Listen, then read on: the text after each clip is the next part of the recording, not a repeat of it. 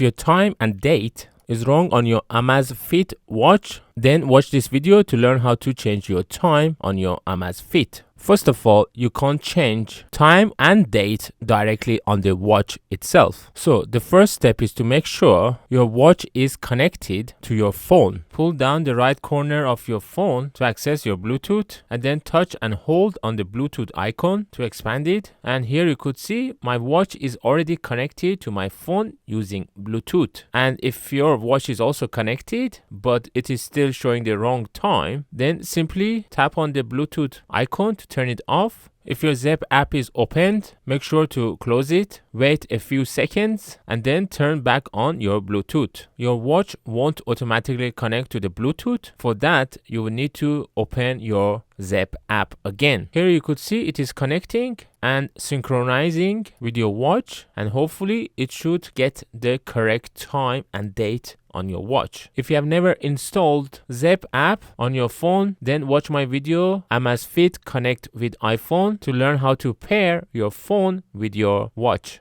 That's the first step that you will need to do to fix your time and date on your Amazfit watch.